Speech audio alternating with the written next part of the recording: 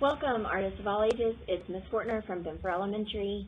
In this video, you're going to follow along, and we're going to do some Aboriginal art.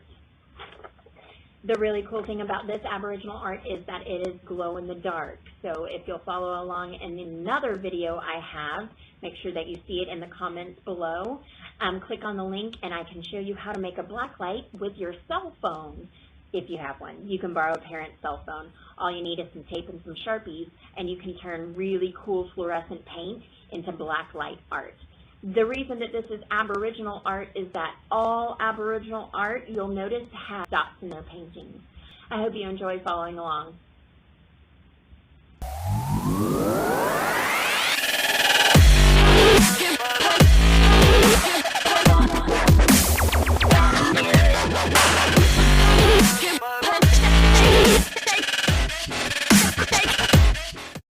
To make your Aboriginal dot art, these are the materials that you're going to need.